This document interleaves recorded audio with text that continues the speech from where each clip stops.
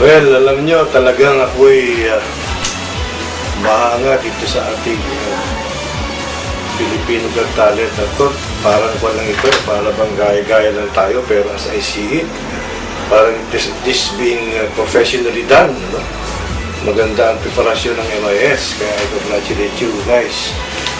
At, very exciting. This is not just parang program lang, pero this is a real honest to goodness show talaga. Nabigla ako sa mga ginagawa niyong mga high-tech preparation, ano.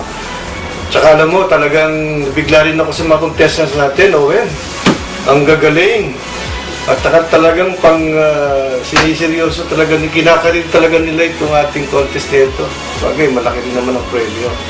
So I hope magkaroon tayo ng magandang Got Talent, maging successful. At dun sa mga contestants natin, lahat naman sila are deserving to win, ano? But I still hope that may the best contestant wins this first Filipino Got Talent of Live Filipino.